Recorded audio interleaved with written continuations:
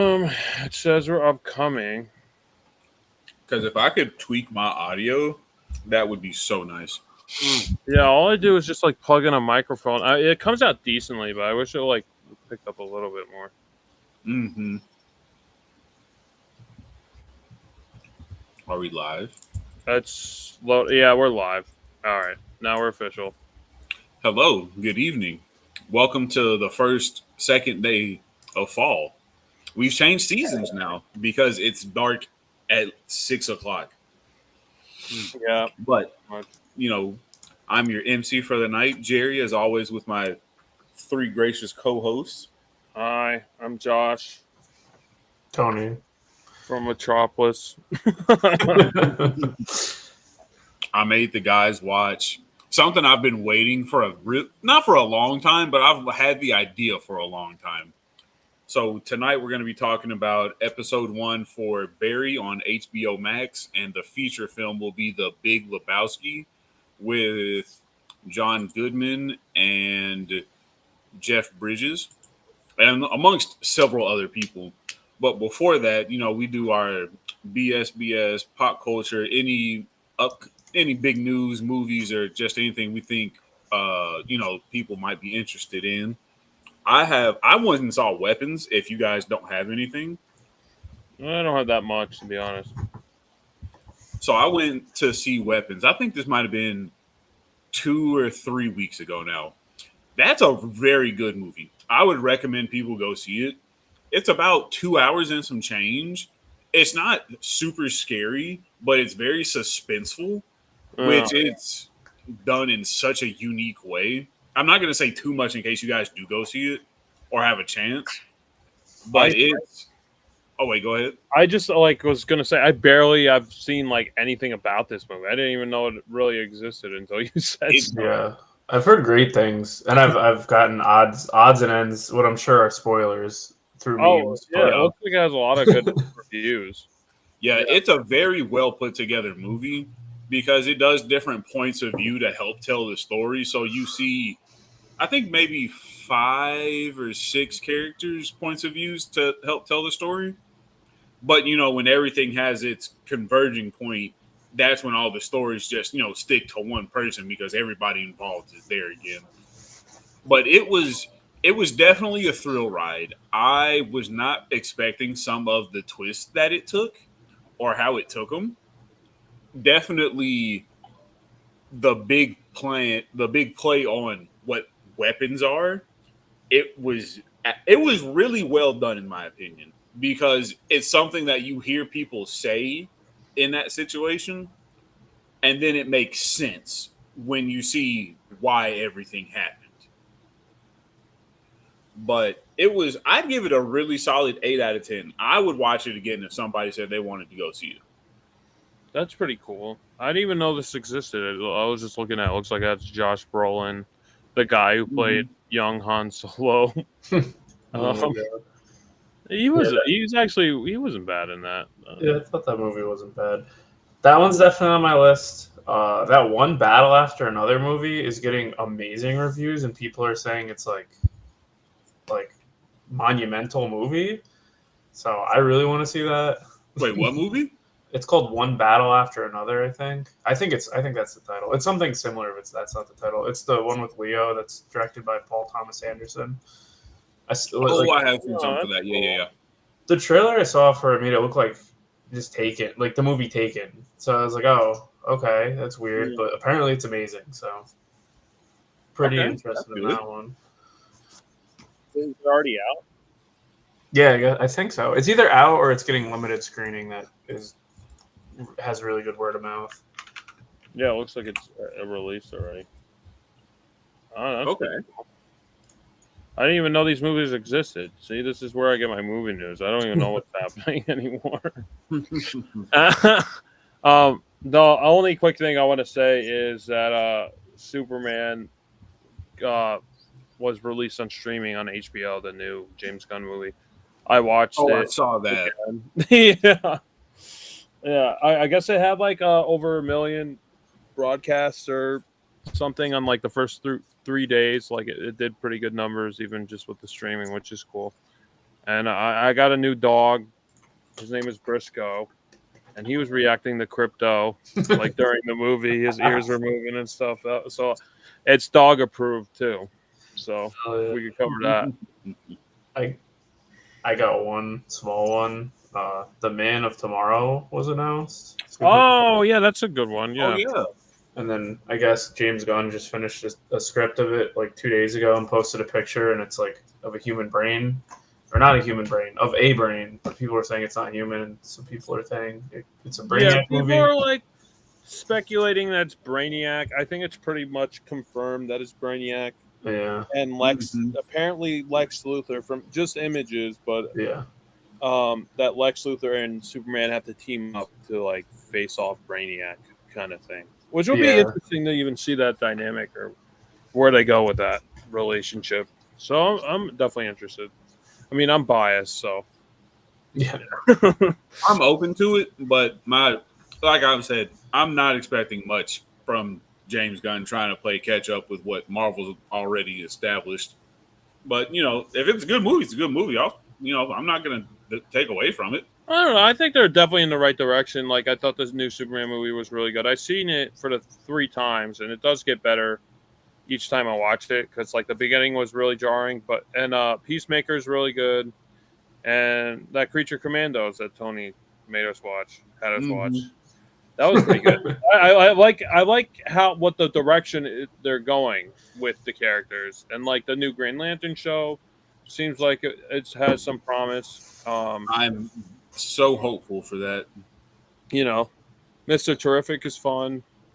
Guy Gardner was good, so I think it's in the right direction. I feel like I'm way more interested in what they're doing than Marvel at this point. Yeah.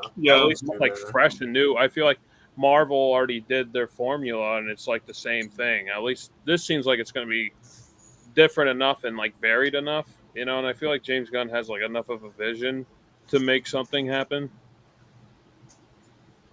I forgot. I do have one more. So I don't know if you guys saw it, but I saw a couple of different places saying that Jonathan Majors is coming back to Disney to play Kang the Conqueror from the Ant-Man movie. And I was like, yes, y'all need he's coming back? He's coming back. I thought they fired him for whatever. Yeah, they had fired him over, that big alleged, domestic dispute. That's what it was. I didn't know exactly what it was. Yeah, it was domestic, but it came out that she wasn't being truthful, so they had to dismiss it.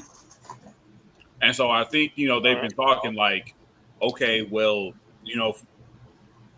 excuse me. But I think it did come out, he does have some anger problems. So I have a good feeling that his, legal team was like, well, if you guys get him signed up for some good classes and, he comes back and with flying colors, give the man back his job y'all kind of wrongfully took away from him. And so I'm excited he's coming back. I think everybody deserves a second chance, especially when you look more into some of Marvel's big names. Like, not everybody was, super squeaky clean or, had the best track record. But, I think this is a step to kind of help ease people back into Disney. Yeah, I mean, it seemed like they at least had a plan for that character. I don't know. Yeah.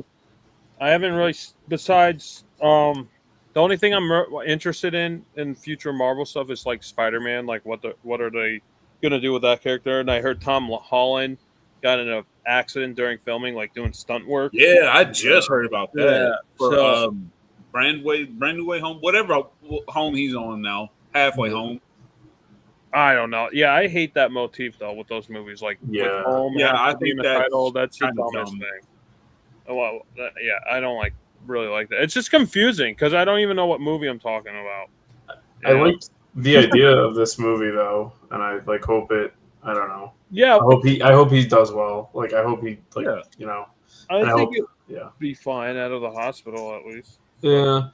I do like. It seems like they're going smaller scale Spider-Man, which I like. He's actually more friendly neighborhood instead of like Galactic Spider-Man because everyone forgot who he was. So it would be interesting to see him play sides with like Daredevil and the Punisher and like the Kingpin and that little Yeah, order. which is always my favorite part of Marvel is just that small scale New York.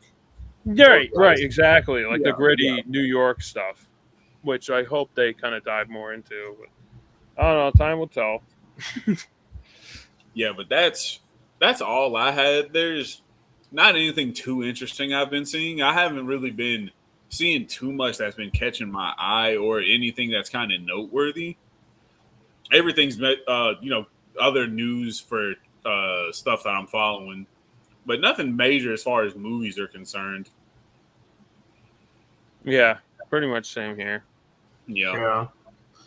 So if you guys are ready, we can move right into the short. And Tony, I actually want you to take the short.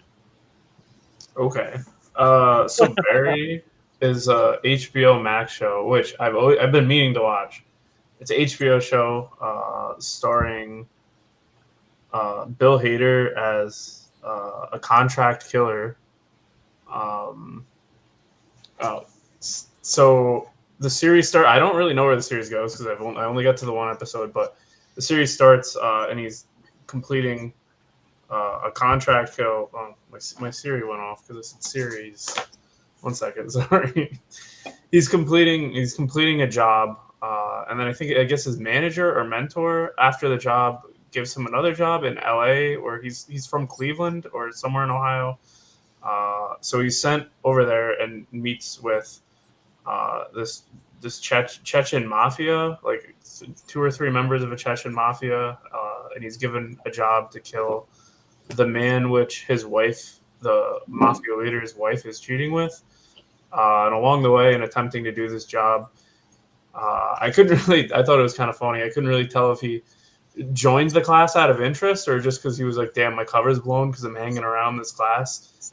He goes to an acting class basically and encounters a woman who's doing a line read or practicing for a line read and goes inside and becomes actively part of the class and kind of loses focus on his target, who is someone that's in the class.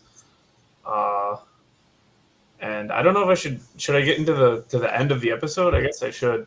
Yeah, you can. The episode concludes where he finishes the kill after being distracted for a while, going out with the people, starting to make friends with them. Or he doesn't finish the kill. He is told he needs to finish the kill, and I forget. He at one point he drops off the guy that he's supposed to kill drunk in the car. And then I'm not sure if the second time that's what happened, but he witnesses the mafia, who's over him not actually doing his job, kill his target, and he disposes of them and gives a line where he states that he's an actor, showing that he might not want to be a killer anymore. So yeah, this was something I've been interested in watching for a bit. I didn't really know much about it, but I like Bill Hader, so I'm happy you recommended it. Yeah. People have recommended this to me for a while because they said, like, oh, I've watched season 1.5 of Stranger Things, so I know Bill Hader. And I've seen him in other things, too. He's in Stranger Things? No, I said Stranger Things. I meant something else that he was in. Are you talking about It?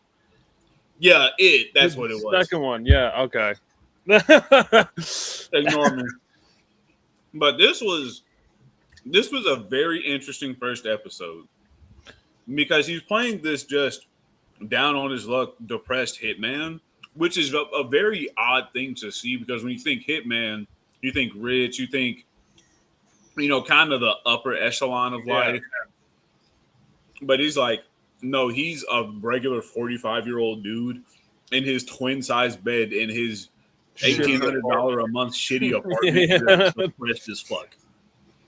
Yeah, I didn't understand that part. Like, you would think with all these contracts, I guess it would be like revealed later on in the show why he doesn't have any money. But I don't know. Have you seen like the rest of the series, Jerry? Or no? Like this was recommended to me, and I was like, somebody. I also had told people that I watched Big Lebowski before, so they said, "Oh, well, if you like Big Lebowski, you'll probably like this because it's kind of similar with how the people talk, interact, kind of how the acting is." So I have no idea about anything else for the rest of the series.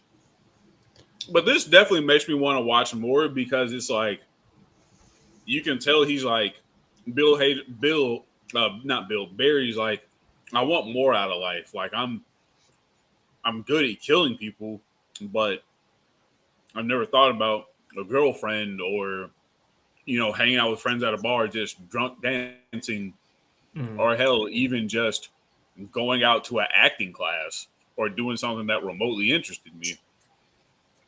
And I get, he's coming back from the military, so you can tell he's got the PTSD that's kind of set, and he, just couldn't get past it. But it was, I like this intro a lot. I think this was a great way to start off a Hitman show. Yeah, I thought this show was fun. I never seen it or even heard of it before, and I saw that Bill Hader was starring, and I was like, "Oh, that's fun." I did watch the second episode just to kind of see where it was going, and I don't know. It didn't really win me over, but it's not like I dislike the show either. I was like, "Oh, all right." I kind of get one what of it's those things about. you kind of just put on, like, all right, I might watch an episode or two, or just kind of see what happens. But it seems like there's a lot of seasons. It looked like it had like at least 4 or 5 seasons. I don't know if it's still going or not. Yeah, I think it only has 4. I think it's finished now. Yeah, that's still a good run. I mean, 4 seasons is not a short amount because I don't know how many episodes it is per season, but assuming it's like 10, 15 episodes, you got a good solid amount of showtime to watch. Yeah, and I feel like that's like the perfect amount for like almost any show is like 4 or 5 seasons, and then that's when shows should end. But they always drag it out. I agree, absolutely. Like, there's no reason a show should go into season 15. Yeah. Unless it's like a game show that's different. Right.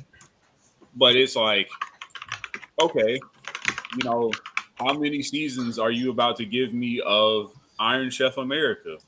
Because it's not like I haven't already seen this same setup and challenges for the last decade. Yeah. We don't need 36 seasons of an animated family sitcom. Yeah, I don't know what you could be talking about or referencing even. Do they happen to be yellow? Maybe. But yeah, this was first watch of this show. I'm very impressed by how everybody just felt so yes, even though they're actors, it still felt natural watching them trying to learn how to act. Yeah, I would agree with that. It definitely felt like in their world. And like Bill Hader obviously knows the LA scene, so it's probably pretty authentic, like how people interact. Yeah. Yeah. And then the fact that he's driving around in this beat up car, I'm like, yeah, this really fits. Like, I moved to LA to pursue acting, and this is all I've got with me because I can't afford, $3,000 in rent, and whatever else God may have you is high over in California. Yeah, I like that scene a lot. Like, even though it was like a small little thing, just him driving and getting like caught off in traffic or something, and then getting angry. Yeah, like it kind of shows, it establishes his character where it's not just like this stoic, hard killer. He's just like a guy that happens to be a contract killer. Like, he's literally he's like an uncle. Yeah. Because the whole time he's just kind of awkward around. He's like, yeah, hey, like he's making small talk, but you can tell he really doesn't want to do it. And when the girl he's interested in is like, well, why don't you come up to the dance floor and we just dance? He's like, no, I'm fine. And she's like, well, suit yourself, but I'm going to go out there and have fun. And it was so odd to see because I wasn't really expecting it, not in a good or a bad way. I was just like, oh, it's just going to be, a classic talking bar scene. They might show people in the background dancing. But, it reminded me of, like older, like in The Mask when Jim Carrey first sees Cameron Diaz in the nightclub and he's just, watching her and he's kind of trying to mutter to himself and hype himself up and stuff. And then there's other people in the background that he's like, that are catching his attention, like talking to him. I just thought that was a really nice thing to just kind of see to break up, already like a group scene to like a one-on-one scene to a monologue. Right. Yeah, that's a good point. Yeah, I thought their interaction with him and the girl was funny, and like I like how she wanted nothing to do with him in the beginning because she just thought he was a weirdo, and he interrupted her monologue that she was trying to perform in front of Henry Winkler, their acting teacher, and like until like he kind of went into class and they accidentally mistake him for being an actor because the person who was cheating on the mob boss's wife goes to that class too, so that's why he was like tailing him there. But then she like finds out he's an actor and she's like all about him. I'm like, oh, you're an actor too? Oh, I'm sorry, but like you're only sorry because he's an actor, and like like it's so funny. Yeah, I thought that was a funny interaction for sure. Like everything about this first episode, it's so just odd when you're watching it, but like thinking about it in the full run through, you're like, okay, I can see why things just kind of went at this weird, awkward pace for 2-3 minutes, and why he's just kind of doing his own thing, just trying to figure out what's going on next, like, a minute later. Because for me, this is like, I'm excited to watch more because I like the first episode. I thought it was pretty fun. And definitely, at the end when the catch mob had another hitman and he's got the rifle, he's trying to reload because it's jammed. And he's like, don't point that rifle at me. And so he literally just walks him down to shoot the guard, not the guard, but the other hitman first, and then the other two dudes in the car. And he's just walking off, just pissed off because he's like, well, great. I didn't want to have to go kill him, but they made me kill him. Like, it was a big inconvenience. Yeah, it was like the premise. I was trying to like at first when I first watched it, I was like trying to pick up like what was even going on. I was like, oh, okay, he's a hitman and all that. But like, I didn't understand the character, the guy who like set up the murders for him. Like I was trying to. I guess that's like his handler or somebody. Yeah. So I was wondering if he's like embellishing like his. Like how much money he's getting, like is he taking his money that he's getting from these murder jobs? That's what, like from these assassinations. That's why he's not getting paid at all. I was wondering like how that dynamic. Yeah, I'm still wondering about his angle too. Yeah, because he definitely doesn't seem like he's doing this out of the kindness of his heart. It's like he's definitely here to get the biggest cut of the check. Right, that's what it seems like. He probably gets like most of the coin because like why would he be living in like such a shitty environment? Like yeah. But like in the second episode, they like torture that character, and Barry is just like so enthralled with that girl actor that he doesn't even like pay attention that the mafia is like beating him up, and then they like torture him at a point and like take a file, like a file, and like file his fucking teeth down. And like that just got me that gave me a very visceral reaction. I was like, "Oh my god, that's awful!" And then he's like spitting out his teeth like like paste. I was like, "Oh my god!" Oh my god! That definitely got a visceral reaction at me. That was like, and they didn't even show it. It was just like implied. It was just like the theater of the mind, almost like the worst stuff is what you kind of imagine. Like you just kind of put in the rest and fill in the pieces, Yeah, and it was just so graphic without being graphic. Sounds like a chainsaw scene in Scarface where they don't actually show it, but people swear that they show like someone getting cut. Right. One of those things. I forgot all about that scene. Yeah, and a lot of filmmakers know when to not show something because like the mind makes the worst its own tricks. Yeah, it makes the worst vivid imagery it would like gather than something you would put on screen. So I wanted to commend it for that. Anyway, Yeah, but I would definitely give this show, I say it's a solid 6. It's got a good start up front. It's it's slow in the places it needs to be, it's, you know, obviously it's a story that's being told, so we don't get everything up front. But I'd say it's a solid 6. It's not the best thing, but it's not the worst thing. I found it entertaining enough. Yeah, I would agree with you. I'm almost like between a 6 or 7. I haven't really made up my mind. Somewhere between there. I'm a little higher on it. I think I'm probably like a 7 or 8. I think I'm a tier above what Josh thinks. So I have to put it on. I don't know. It just seems like a show that's like kind of like The Sopranos, but like takes itself a little less seriously. Because at a certain point, it almost feels like The Sopranos is in on the joke. Like there's episodes where it's like you know that they're doing this as it's serious, but like there's a joke. This is like even more so, where it's like definitely a dark comedy.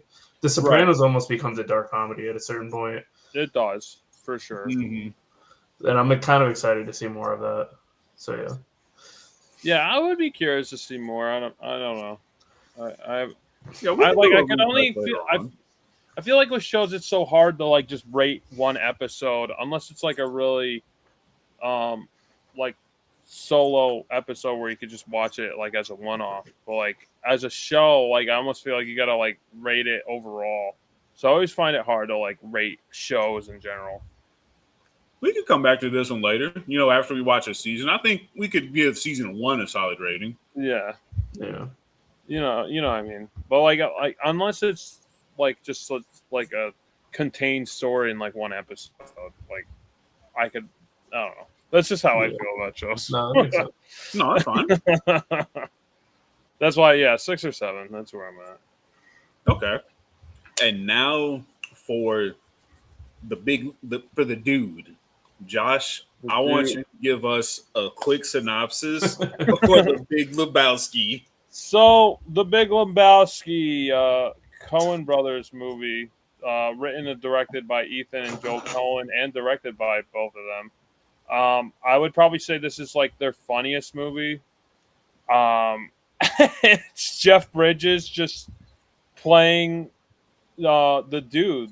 He's the Lebowski, but he gets mistaken for a millionaire with the same name, and I guess he's trying to just replace his rug and win a bowling tournament, and he's just getting caught up in this whole monster of this like plot that just keeps like growing into something else, or like it's just him getting caught in between these guys who are just trying to embezzle money out of the actual Lebowski when he's just the dude. And this movie is like, I feel like you can't get anyone else but Jeff Bridges to play this character. Like you kind of like say, oh yeah, you just play a dude, but like how can you you can't pull this, you can't like play this part and not like pull it off. It's really hard to do because he's like so cool about it, and he's so like it just seems authentic. Like if I just like asked anybody to play this character, they couldn't do it. It sounds easy on paper, but it's really not, because he just like pulls it off so authentically. And I feel like Jeff Bridges is just this guy. Like he's just the dude. Like I think this is just who he is. Mm-hmm. Absolutely. Because the first time I ever watched this movie, I had already seen Tron before this. So I've seen him in Tron 1. I've seen him in Tron Legacy. And then seeing him in this, I'm like, wow. He's like the cool uncle who doesn't talk about what he does for a living. And he just literally had this grandiose adventure that spiraled. He got mixed up in a kidnapping murder plot. Right. He got his rug stolen, his home invaded in, got fucking roofied. Oh yeah. He got to essentially do a I'm trying to figure out the friendly way to say. He added to the population with a woman who agreed. Oh yeah, that's true too. There's so many like layers to like dissect with this movie, with just like subplots. It is like there's so many points. I'm just like, how did we? Because I've seen this. I'd say about 4 or 5 times now. I can't remember exactly. And each time I do, I'm like, this movie, like no matter what, it's always like, all right, we got the nice intro from Sam Elliott. He's just talking about a literally an uncle in a bowling club hanging out with his crazy friends. Yeah. Because John Goodman is absolutely that World War II uncle who's crazy as fuck. Yeah, and John Goodman is like so authentic with his like part two. Like it feels like this is a real guy, you know. And like, even Steve Buscemi playing kind of like, oh, he's trying to add to the conversation, but Jeff Goodman's like, "Shut up, Donnie. Get the hell out of here." I know. Yeah, and then we all have that friend who like interjects in the middle of like a story and doesn't know what the fuck's going on. Like I feel like there's like always a friend group or a friend who does that, it's like in the middle of it and just try to like ride on the coattails, you know what I mean? Like I feel like that's kind of like what Donnie's doing. He's like, oh yeah, that's cool, like it's and cool then just the fact that he was picked up by this fraud, because that's what the man was. He was a fraud who had this sugar baby that he couldn't afford because he doesn't have any money. He's getting money from his daughter because her mom left all the money to her. And she's like, yeah, I give my dad a pretty good allowance. He's just got this vain sin of, keeping up appearances, which is why he's got this young slut who's running around. Yeah. And you could tell that's what she was about up front, because she told Jeff Bridges, like, for $1,000, I'll suck your dick. And if he watches, he has to pay $100 though. So I'm like, you knew what this relationship was exactly about. It's strictly transactional. And then it gets even crazier when you meet the porn director dude, and he's just, there's so much to unpack. What are they? Are they German? Is that what they are? Like, they're nihilists. Yeah, they're German. That's one of my favorite lines in the movie, where he's like, it's even more scary. They're nihilists. They don't care about anything. They're just outside, awkward as hell, with his car on fire, playing this weird electric techno song. This is definitely based on Kraftwerk. Oh yeah, Philip Seymour Hoffman. Yeah, he's definitely like a good highlight of this movie as well. He like plays. Yeah, there's just so many. I forget how many. Yeah, this cast is just big like names are in here. Starstruck. It's hard to like. You almost got to go through every cast member because like they all play it so well. Yeah, like this is the most chillest thing. Like, oh yeah, this is just a common occurrence. What? How often are people having their cars stolen with an empty briefcase of $1 million used in some kind of ransom transaction on a random wood bridge off I-90? Like, what is this? This is not normal. Malibu sheriff, like, that Jack Thorne, he brings a lot of water into town, and we like our waters the way they are. So get out of here, you deadbeat, and never come back. Yeah, I was just taken advantage of, sir, and potentially assaulted. Yeah, honestly. But yeah, he can't like show his case. Like they just want him out of there. They want nothing to do with him because he's just like low end and he like has no job. He's just like some bum basically who collects some just taxpayer dollars kind of thing. But like he just chills. It's great. The whole movie is just you. If you miss 5 minutes, you've already missed 1 to 3 subtle things that don't make any sense outside of this one context. Like the dream sequences where he's just floating and doing all this just like lucid dreaming where he's having a peaceful time amongst all this chaos. And then he snaps back to reality and, oh, I'm being arrested by the cops, or, oh, I don't even remember what happened after the first dream sequence he had. But everything just has these small little standout pieces to them. Like there's not one part of this movie that doesn't stand out to me. Yeah, and I like how you mentioned in the beginning, it's like narrated by Sam Elliott, and you don't even like see the payoff of that character until like way later into the movie. Like you don't even see that character. I think it's like halfway through the movie. You're like, oh, there's the guy who's actually doing the narration, Yeah, and it's there's like a lot of setups and payoffs. Like that's what this whole movie is. I feel like there's almost like isn't really a point to this movie. Like if you go back down to the essence, it's just like series of events, but like it's like series of events that are set up and paid off. Like each thing has like a tied knot, you know. It feels like it's just it makes no sense why so many new things kept getting added in because it didn't matter to the previous. It's like, okay, well, how much more bad luck can we put on a guy kind of deal, you know? Because him getting involved with the daughter, for what reason should that have happened? Not saying, you know, like them having, relations or anything. But she could have went to any Joe Schmo off the street. I thought that too, but I think it was just because he would.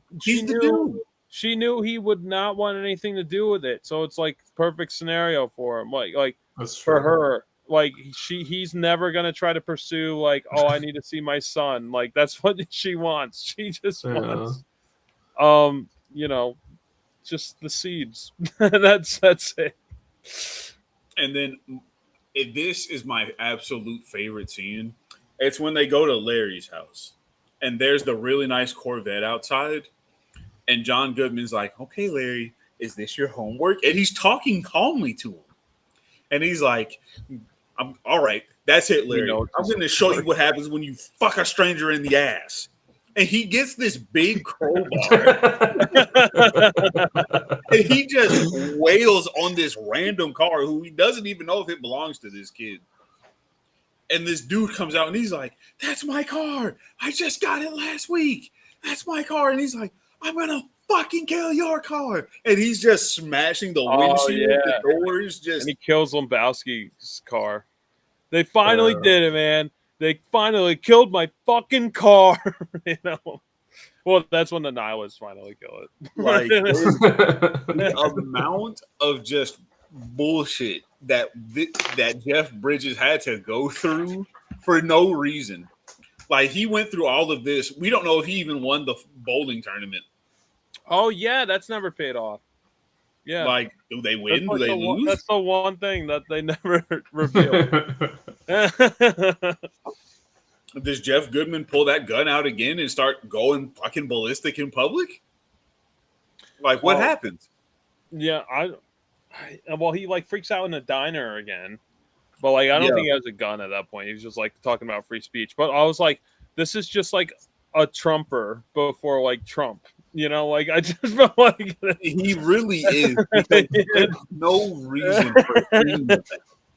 Well, he's just, like, a Vietnam vet who just, like, never taking the war with him home, you know? Like, it never went away. He never readjusted. No. Because at every instance he felt someone was encroaching on his freedoms or just trying to keep him in line. He's like, well, I've been to Vietnam and my freedom. And I'm like, dude, just relax, man. I'm just asking you to shut up while my patrons are eating their breakfast. Oh, did you notice that one of the nihilists was Flea from Red Hot Chili Peppers? Are you serious? Yeah. I saw that. You know what makes that so bad? Like 3 months ago, me and my fiance watched the Woodstock documentary. Oh, and it showed was a good one. The 99. I got to see Flea naked on stage, and I'm like, I can't look at you the same, dude. Like, I've seen you with no clothes on. Get out of here. Yeah, honestly. Yeah, they did some weird shit with, like, the socks or whatever the fuck. Whatever they're doing. That was... Woodstock was Woodstock. That's a whole nother conversation. That's true. Well, yeah, now he's has 2 great movie acting credits. He has Back to the Future 2 and 3 and the Big Lebowski. Oh, yeah. That's and like quite a list, honestly. Or not. I don't know if you guys knew this or not about the Big Lebowski, but did you know that it's in the National Movie Registry? Oh, that's pretty cool. It's definitely deserving, for sure. Mm-hmm. I'm just surprised it's in there. Yeah, because I was like, wow, that's really... I mean, and it's a very good... I wouldn't call it a coming-of-age movie, but it's definitely a movie made at the right time for the right crowd. I would agree. Yeah. Yeah. Because when I watch this movie, this is something that I imagine every uncle keeps in the pocket. Like, this is a super uncle movie. Like, I know my dad would never watch this. Because I could see a few of my uncles being like, oh, you know, what are y'all watching? Oh, let me show y'all this movie. You know, just usual uncle stuff. And I'm like, okay, this is not going to turn into anything funny. But this whole movie, start to finish, like, for it to be under 2 hours, this was a fully complete sandwich. Like, everything was there. It left you not wanting more. It was a fun experience. And on top of that, at the very end, listening to Sam Elliott just saying, yeah, we don't know if the dude wins his bowling tournament. And, I hated seeing Donnie go, but I felt a little comfort knowing that there's a little Lebowski on the way. And it fades off. And then he's just like, I'm rambling again. And then, then it just kind of ends. It just ends.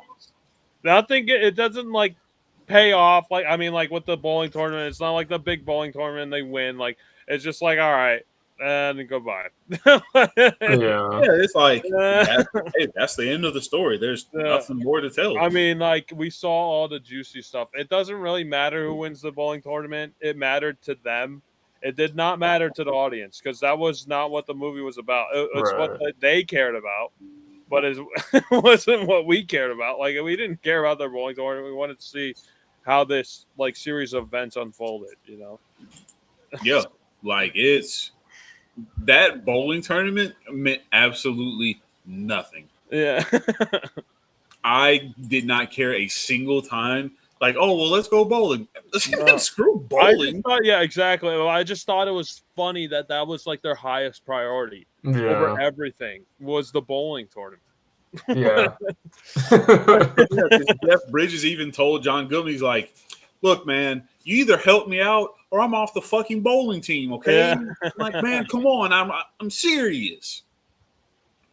And just seeing Jeff Bridges smoke joints looking like an absolute vagrant, I always forget how much it's like, Jeff Bridges, he looks like a bum. I feel like that's just him. Like, I feel like I'm sure he's a nice person. Yeah. But if you told me he had a bad falling out in Hollywood and is a bum, I wouldn't question it.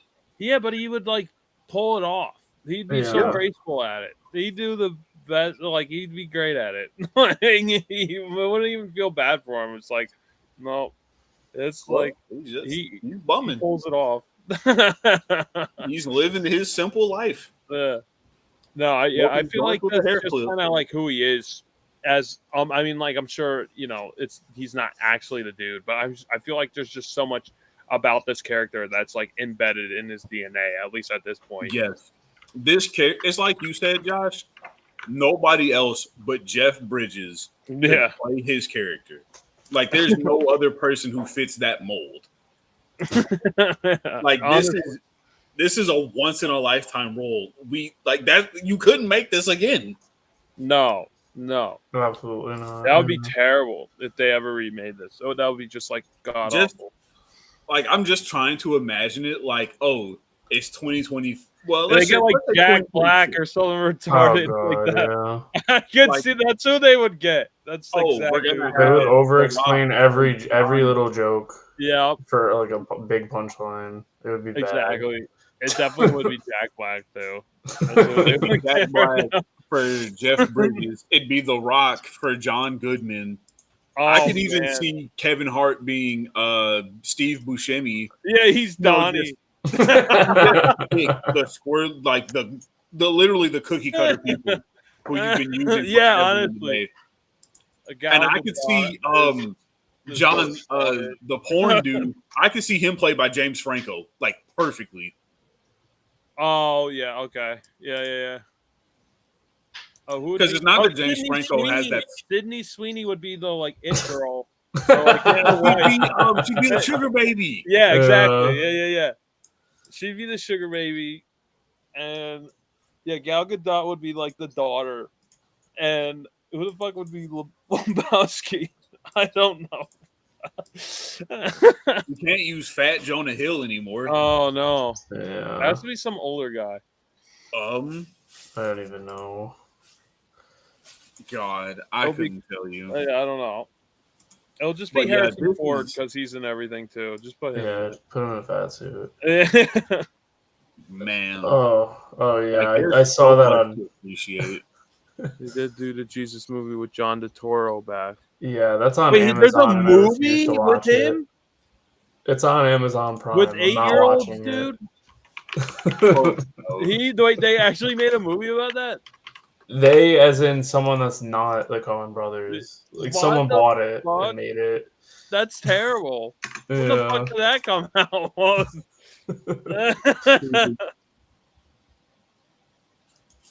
What the fuck? Yeah, even John Turturro is like great in this movie, and he plays a creepo. Yeah. Like this is for this to be. When did this come out? 1988? 98, I think 98. 98, yes. Like for this to come out right at 2000, it doesn't feel like it. No, Like this seems like something that would have come out in the 80s. it does feel like that. It definitely has that feel, but like you could tell just by like the casting, it's definitely like the 90s. But like for sure, it definitely feels like more of an 80s movie. Because it's a simple plot. There's the practical effects are just as good as the minute visual effects that they do, and even some of like the music choices. I'm like, this feels like such an 80s movie, but it's not, and I know it's not because there's all these people. Because I remember watching John Goodwin and Roseanne. Yeah. Like it's. Having seen this movie so much, it gives me a little bit more to appreciate every time. It gets better and better each time I watch it. The first agree. time I watched it, I like wasn't with it. I think I was just kind of too young and like I didn't really understand what the fuck was going on. Like I was like, I don't know, early high school, and I was like, oh, all right. And then like the more I get older and the more I watch it, like the better it gets. I had the exact same experience. I heard so many good things about it, and I watched it, and I didn't get it. Yeah, and that's the great part is I just watched it more, and I don't know why I didn't get it. It's not like there's anything to get. It's just no, funny. I know. No, I think I was just expecting how that relatable payoff. it is. Like that big payoff at the end, like where all the characters are together and they win their bowling Yeah, tournament. I think that's what I was expecting as like a high school student, and it's just like that shit doesn't even matter. and it's even better. It's just because a guy that doesn't care is going through a movie and nothing matters. Exactly. It's no fun. Like any little occurrence, I really don't want to get involved. If I'm being honest, I have never related to such a sentiment in my life.